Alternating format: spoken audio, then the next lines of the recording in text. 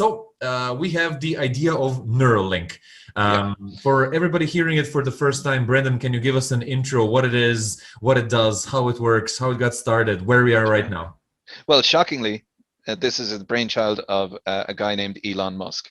I don't know if we've talked about him before, but never heard of him. Yeah, this is yet another company that Elon Musk has founded, and it illustrates his sort of focus on the future of humanity, because the idea is this is a computer brain interface, an implant that you put in your skull. It's a very small thing, can be implanted very non-invasively, but it connects you to your phone as it stands at the moment. But I think the technology is going to evolve rather, to the point where it's a direct brain internet connection.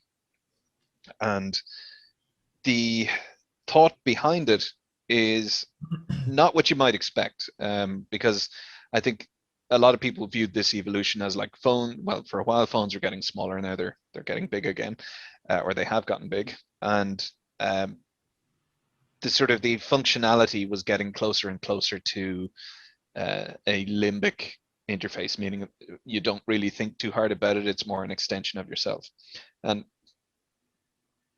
connecting that functionality to your body in a more direct way sort of makes sense.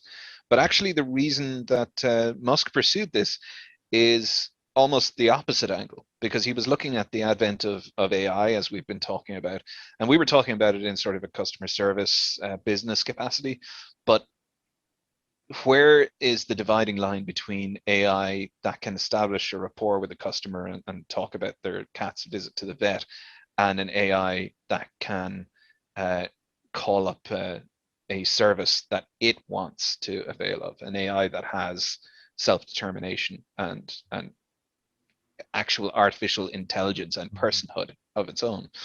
And when that happens, and an AI is able to make decisions for itself and able to self-improve and self-replicate, and do so potentially at a rate that we couldn't even comprehend, let alone match, that's what is known as the technological singularity. It's a point in our technological future past which we really cannot, with any degree of certainty, predict what happens.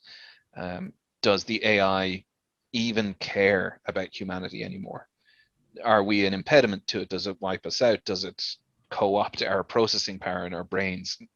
What happens?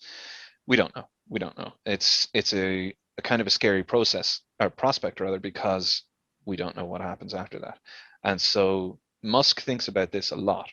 And one of the ways that he feels that we can mitigate negative outcomes from that tipping point is if we are already connected and symbiotic with AI. And so to do that, he was thinking about connecting brains to it. So it's the same functionality as the sort of more capitalistic view of just improving the technology that we already have and merging it with ourselves, but it's in a more defensive posture.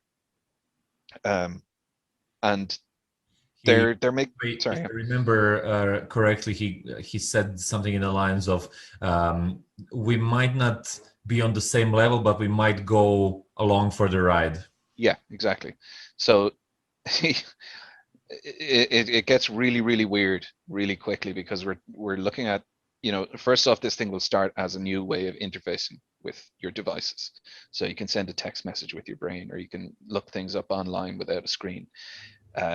But it quickly gets to the point where you've got like two strands of thought on it. You've got the human to human interaction, where instead of us having a long conversation and trying to illustrate our point with a well-constructed sentence or a well-constructed talk, I just send you the idea.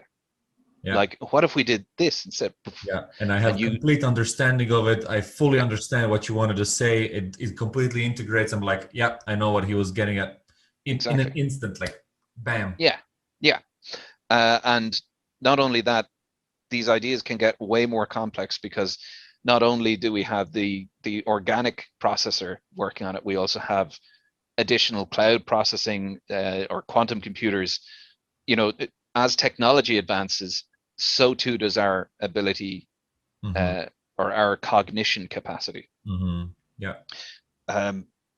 So it gets super strange, and the line between what is technology, what is AI, and what is humanity, and what is mind blurs. It's not like a classification thing. It's literally, where do I end and the internet begins? It's merging. Hey, thanks for watching this video. If you want to see the full version, go to the Uncle Gold Podcast YouTube channel or watch the next clip.